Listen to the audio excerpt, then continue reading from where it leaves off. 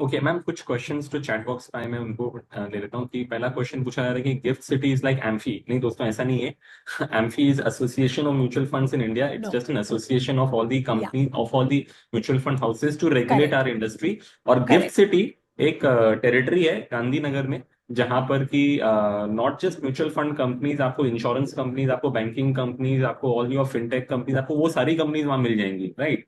So gift city is a larger, मतलब in fact, it comes under IFSC, which is International Financial Service Center, I think. Center. Yes. और इनका अपना regulator भी है। So I IFSC think itself there is a regulator in IFSC. उसको हम yes, IFSC बोलते हैं क्योंकि वो रेगुलेटर है। उन्होंने ही हमारा ऑफर डॉक्यूमेंट अप्रूव किया, उन्होंने ही प्रेजेंटेशन अप्रूव किया, फंड का अप्रूवल भी वही देता है। तो it is not AMFI, it is SEBI का इक्विवेलेंट है IFSC। right. तो आपने पूछा कि is it a mutual fund और is it a fund under GIFT City. तो आंसर इज कि I think it's a fund under GIFT City, it is not a mutual 100%। Fund per se, no, it's not right. Mutual fund. फिर ma'am इसमें daily basis पे नैव निकलेगा, but आपका निकलेगा fund दो NFO के साल बाद लॉक में डेली। रहेगा। यस। यस, बट नैम फंड निकलेगा। आपका, हाँ, नैम। नैब डेली बेसिस पे निकलेगा, बट फंड आप 2 साल से पहले आप नहीं निकाल सकते। इसमें लॉक इन रहेगा compulsory.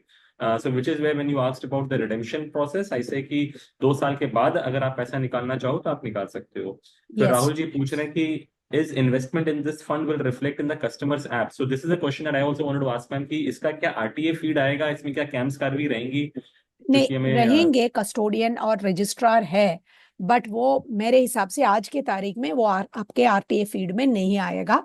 So these are all Hitesh some methods you will develop as you go. See it has to pick up. ये इसमें थोड़ा सीख साथ साथ में भी होगा, वो भी आपको भी मानना पड़ेगा, हमको भी मानना पड़ेगा, right. Because that is why transactions will be now physical, then you are moving to digital, you are trying to bring platform. All of that will happen, but immediately, जितना मुझे understanding है, it will not come in your RTA feed. So I'm assuming, ma'am, कि on a monthly basis, the customer and we as brokers would be getting the client's statement on email कि Yes, भाई client ने from 5 the lakh रुपया AMC. लगाया था, अभी उसका Yes, value 5,10,000 हो चुका है। And as on correct. demand, we can always get the statements. Yes. So I think Yeah, but we are Rahul ji, trying very hard to मैंने solve all of this as quickly as possible. दोस्तों मैंने आपको कहा कि ये 30 साल पहले जो इंडिया में म्यूचुअल फंड इंडस्ट्री था ना, अभी आप अपना माइंडसेट वैसा बना लो कि कोई एग्जाम नहीं देना है। वहां पे कोई फॉर्म, सिंपल फिजिकल फॉर्म के थ्रू काम करना है, कोई डेबिट मैंडेट नहीं होगा, आपको खाली जाकर ये बैंक में अपना ट्रांसफर करना है। इसी तरीके से इंडस्ट्री स्टार्ट होती है। और फिर अब आप पूछोगे कि इसमें सर एसआईपी कर सकते हैं क्या, तो आंसर है इसमें एसआईपी नहीं होगी। This is a lump sum only product, right. Yeah. Right now you cannot do SIP. वो सब तब आएगा जब आप डिजिटाइजेशन कर देंगे, अभी तो नहीं है। ओके। तो मैम मेरे को एक चीज पूछना था कि क्या यहाँ पे नॉन इंडिविजुअल पार्टिसिपेट कर सकते हैं? यस, नॉन इंडिविजुअल पार्टिसिपेट कर सकते हैं। There is a, they can participate. Forms वगैरह थोड़ा डिफरेंट है, but yes, non individuals can participate. Okay ma'am. And secondly ma'am, या अभी जब एक क्लाइंट से बात करना होगा तो मैं क्या उनको बता सकता हूँ कि जो इनिशियल जो भी इन्वेस्टमेंट होगा वो किस कंट्री में कितना होगा? क्योंकि फ्यू पीपल आर की बायर्स, मेरे को यूएस चाहिए, किसी को चाइना चाहिए, तो उस हिसाब इंडिकेटिव सी देखो, पोर्टफोलियो मैम। ऐसा यू कैनॉट से ना, because it is a fund manager's discretion at the end of the day. This is not a China fund, Brazil fund, Japan fund और US fund. This is a fund which will invest in 5 to 6 geographies। अभी मैं आज आपको बोलूं कि मेरा शुरुआत US में 60% है, वो हमने वो निकाला भी है और हमारे ब्रोशर सब में है वो। But Japan is 8%, Taiwan is 1 or 2%। हो सकता है 3-4 महीने में वो जापान कम हो गया, चाइना थोड़ा बढ़ गया, या कहीं और पे कम हो गया। सो this is a diversified global equity fund जिसमें 5-6 नेशंस का रिप्रेजेंटेशन ज्यादातर मोस्ट पॉइंट्स ऑफ टाइम रहेगा। अगर कोई आपको बोल रहा है कि मुझे चाइना ही चाहिए, जापान ही चाहिए, then this is not the fund for it.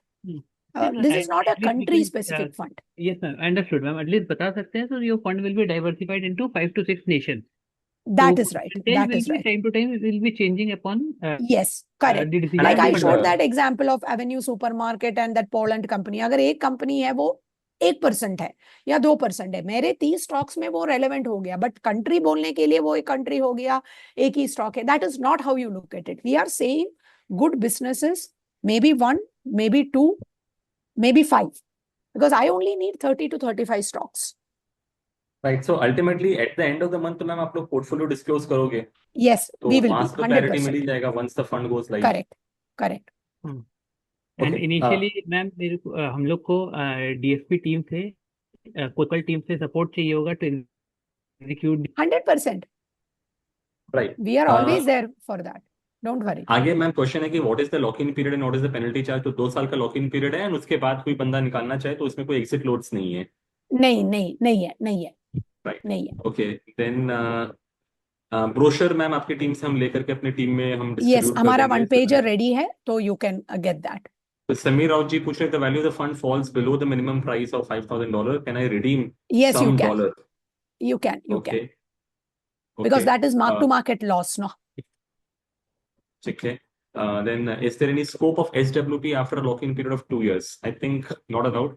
Not allowed right Systematic now. registration आप ले ही नहीं रहे हो। अभी नहीं ले रहे, तो हो सकता है 2-3 साल में वो सब फीचर्स अगर हम डेवलप करेंगे तो हो सकता है. आज के Yes. तारीख में no. Right, after 2 years taxation zero रहेगा राहुल जी हाथ में, इन्वेस्टर के हाथ में। तो आपका जैसे ही लॉक इन खत्म हो गया उसके बाद आप जब निकालो आपका जितना फंड वैल्यू दिखा रहा है उतना रुपया आपके अकाउंट में आ जाएगा। फंड मैनेजर लेवल पे जो टैक्सेशन है वो एक अलग चीज है।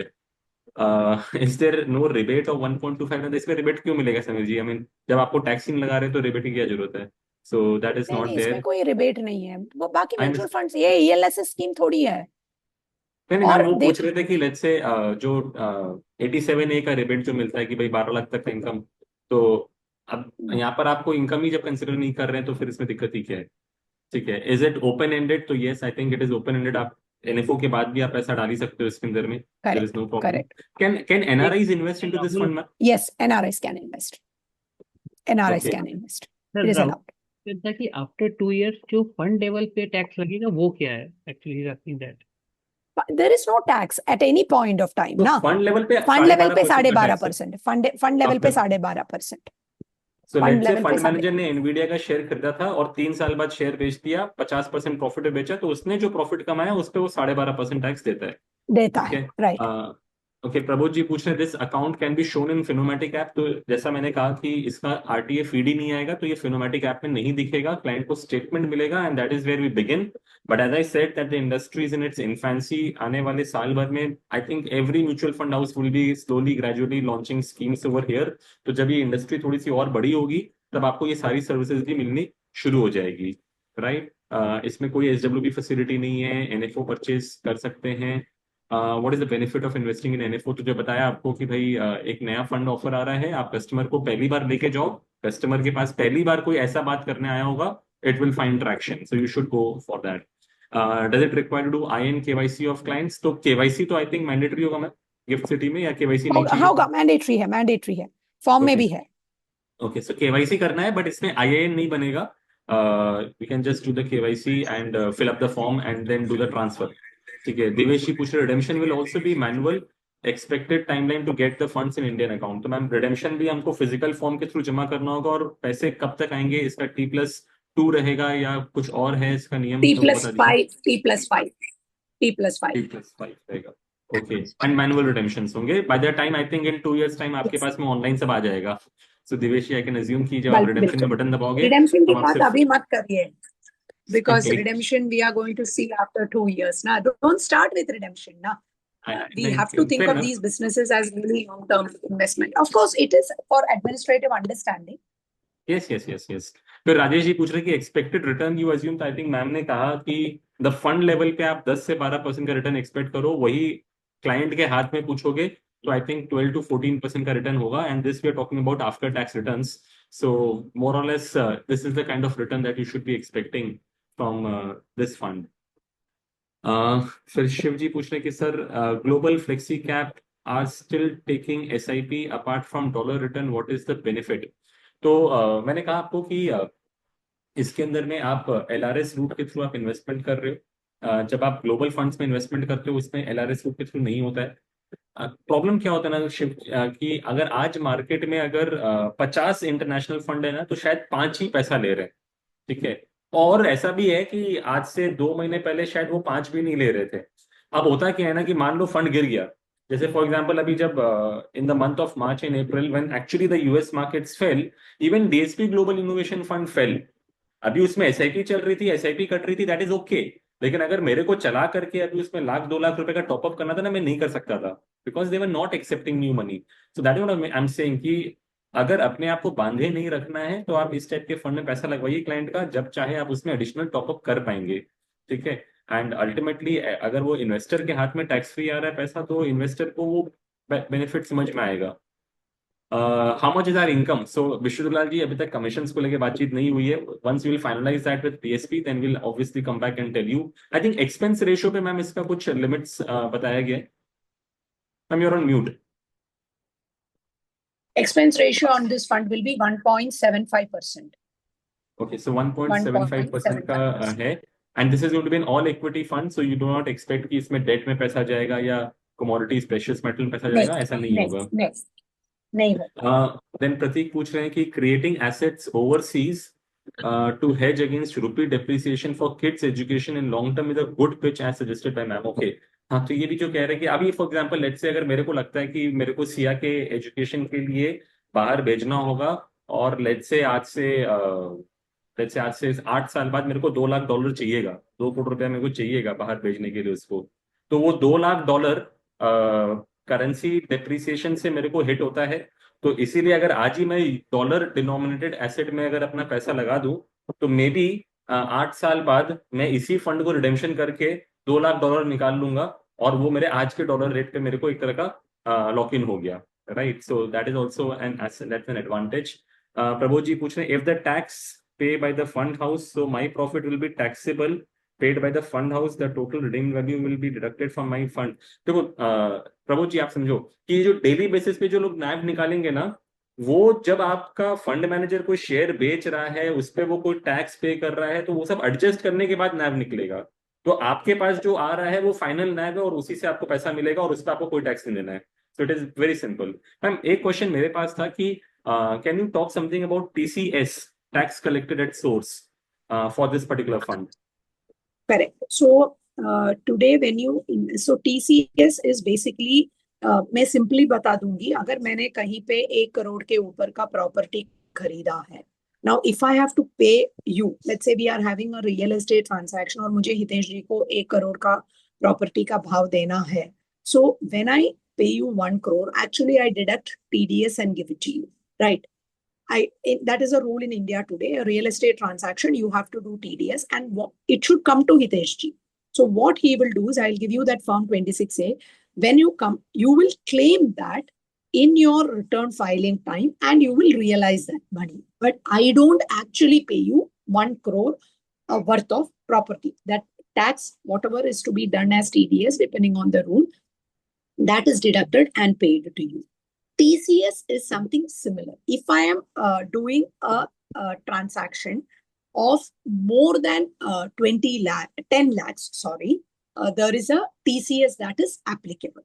So what happens is, I can transfer, there will be a deduction that will happen. So let's say I go to the bank and say I want to do 20 lakh, then there is a TCS that is applicable. The rest of the money is converted into dollars and transferred into DSP's account. But this TCS that got deducted, I can claim it back when I file my returns. So this is exactly like what happens in large real estate transactions. The same thing, there is a rule that is kept when it comes to monetary transaction also. So this will come under that rule. Right, so मतलब ये question मैंने इसलिए पूछा क्योंकि ये question मेरी wife ने मुझसे पूछा था कि हितेश, जब अपने बाहर घूमने जाएंगे तो 10 लाख रुपया चाहिएगा, तो कैसे इसके अंदर में तुम इन्वेस्टमेंट करोगे? तो मैंने कहा कि ठीक है, इन्वेस्टमेंट तुम्हारे फाइल से करूंगा, बाहर जाने का सॉरी, इन्वेस्टमेंट मेरे फाइल से करूंगा, बाहर भेजने का तो ऐसे भी खर्चा वही फाइनेंस करती है। तो 10 लाख तुम्हारा वहां पे यूज करेंगे हम लोग फॉर टीसीएस पर्पज, ताकि टीसीएस नहीं कटे। Yes, और but you मैं can अगर do 10 it लाख below रुपए, that level and manage it. Yeah. और अगर मेरा टीसीएस कट भी गया, अभी इन्वेस्टर बोलता है भाई मुझे 20 लाख रुपए इन्वेस्टमेंट करना है, तो 10% टीसीएस कटेगा, आपका 18 लाख रुपए इन्वेस्ट होगा। और ये जो 10% आपका जो टीसीएस कटा, आप उसको रिफंड क्लेम कर लो कि आपका टैक्स लायबिलिटी तो कुछ है नहीं। बिल्कुल बिल्कुल बिल्कुल। Right, I think sir redeem होने के बाद 12.5% टैक्स देना होगा। नहीं शौमेन जी, हमने यही समझाया आपको बार बार कि रिडेम्पशन होने के बाद आपके हाथ में जो पैसा आएगा वो पूरा टैक्स फ्री होगा, इसके अंदर में आपका और कोई टैक्स नहीं है। ठीक है, आई थिंक मैम हमने सोचा था कि 1 घंटा डिस्कशन करेंगे, 1.25 घंटे हो चुके हैं, and I still have 100 people in the room, so it means that it has There is interested a lot small, of people. Rohit, can you, if you are on the call, Hiteshji, because it's the first big call we have done, we just wanted to measure the impactness of this. So there's a small QR code. Rohit, if you can share it on the screen, we can just take a quick feedback and we'll share Okay, it yeah, with you surely, also. surely. Yeah, Rohit, do you So have it with you? Or if you can दोस्तों, send it to Hiteshji. हाँ Yes, ma'am. I'll share it. हाँ, मतलब You आप can put screen it पे भी even on share the कर chat दिए, box. I think you can even place it on the chat box so everyone can scan it and just give a feedback. क्योंकि generally problem क्या है ma'am कि लोग phone पे ही अभी ये वेबिनार सुन रहे हैं और फोन पे इसको स्कैन करना होता है ना, तो many people are not able to do it. Okay. So what I will definitely do is that I'll share the link with everybody in my group who have attended, Yeah, so that they can give their that's feedback. also good. Yeah. Meanwhile, अगर रोज जी आप अभी share कर सकते हो तो आप एक बार अभी शेयर कर दो, otherwise I would definitely put it there. So I think today we have had a very good discussion. I think Sunday morning well spent for me at least, क्योंकि मैं तो अपने क्लाइंट के पास में इसको डेफिनेटली लेके जा रहा हूँ, मतलब no questions asked on this, कि this is a very unique concept. मैं पिछले 20 दिन से अनुज जी के पीछे पड़ा था. Anuj ji heads the operations in DSP, and मैं उनको सिर्फ एक ही बात बोल रहा था कि यार ये नया चीज आ रहा है, मुझे इसमें ट्राई करना है, तो I want to do some investments, आप मेरे को फॉर्म दो. तो फॉर्म तो मेरे पास आ गया था, लेकिन ये फंड लॉन्च नहीं हुआ था. तो अब जब मैम ने बोल ही दिया है कि 8 तारीख के आसपास ये फंड लॉन्च होने जा रहा है, इसका ऑफिशियल कम्युनिकेशन आ जाएगा, ऑफिशियल ब्रोशर भी आ जाएगा, तो I believe from my company I be the first applicant to put my own money just to get the experience. And I know कि international investing will give me return, तो इसको लेकर के कोई दो राय नहीं है कि रिटर्न नहीं आने वाला है, रिटर्न तो बनेगा ही बनेगा. But just to understand the process कि कैसे मैंने वो रेमिटेंस किया, कैसा स्टेटमेंट मेरे पास आया, 2 साल बाद या 5 साल बाद जब पैसे निकाल रहा हूँ तो वो पैसे कैसे आए, I would get a very good insight into it. And once I get the insight ना, I will be able to speak to the clients. तो मेरे पास से बड़े बड़े क्लाइंट्स जितने हैं, मैं उनको दिखाऊंगा अपना स्टेटमेंट, देखो भाई मैंने खुद का इन्वेस्टमेंट किया अंडर द एलआरएस रूट, तो आप भी अपना इन्वेस्टमेंट करिए. So I think all of you should try this, and should try this with your clients money also. जितने आपके बड़े क्लाइंट्स हैं जिनको कुछ नया चाहिए होता है, आप उनके पास जाइए, उनको बताइए इस तरह का है. अगेन आई बिलीव कि देखो अभी global markets, US I believe थोड़ा सा मैम अभी ओवर वैल्यूड है, आई थिंक जैसा मैं पढ़ता हूँ आपके सारे लिटरेचर के अंदर में. But I think Chinese markets are pretty undervalued, the Brazilian market is pretty undervalued. तो from that perspective, again since you are not focused only on the US and you are diversifying across countries, Europe is still undervalued. So Yes. I think this fund will find its feet, and I know Ritesh ji, as आपको a मैं बोलूं कि हमारा जो portfolio भी मोटा मोटी ready था, उसमें पिछले 2-3 महीने में कुछ स्टॉक्स हमको अभी साइड में निकलना रखा पड़ा था, बिकॉज दो stocks have run up 30-40% in 6 months. So look at it, when we are struggling for returns in India, this is how the global markets are behaving, you know. So please understand, मैं हितेश जी जब बात कर रहे थे ना, I was just checking the Global Innovation Fund का NAV. 25.5% is the return in the SIP route. An average cost is 11 rupees per unit, जिसका NAV आज 17-18 रुपया है.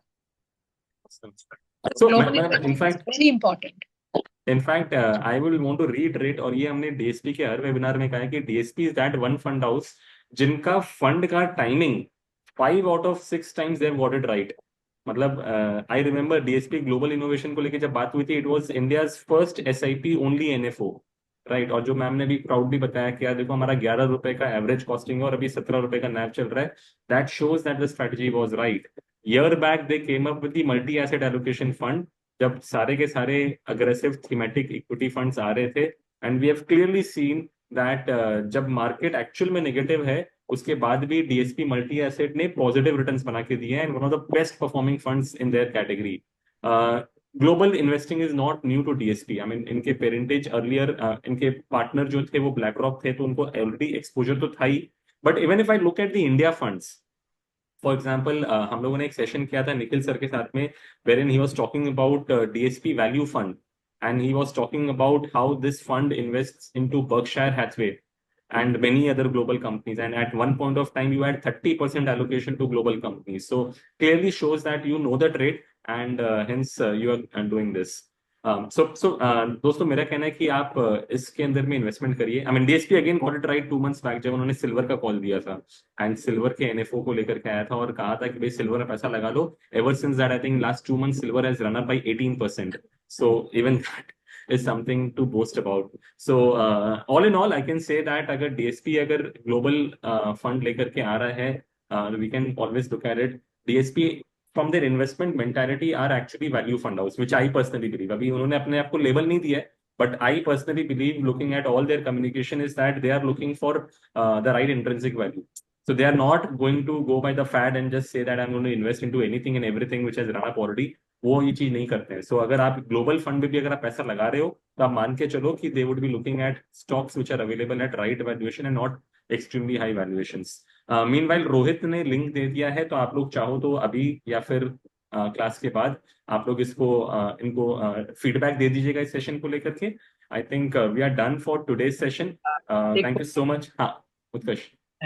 Since we are talking about the other mutual fund schemes of DSP, so locally with DSP we are having one muhim for doing 1 CR of SIP. So currently with DSP we are with a 75 lakhs of an SIP book और 25 लाख का SIP बचा हुआ है। तो अजीत जी ने मुझे time दिया है कि नवंबर तक इसको क्लोज करना है।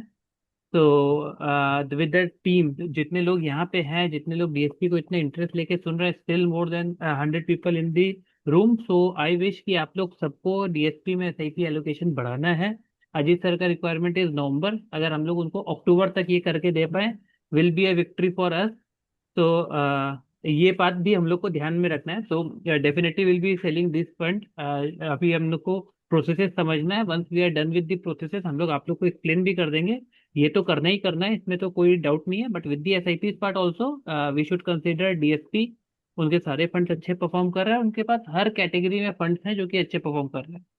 तो उसको भी हम लोग को जल्दी मतलब 1 CR वाला बेंचमार्क को क्रॉस करना है। ओके, वेल सेड उत्कर्ष। सो दोस्तों आज का सेशन यहीं खत्म करते हैं। Mutual fund investments are subject to market risk. Please read the offer document carefully before investing.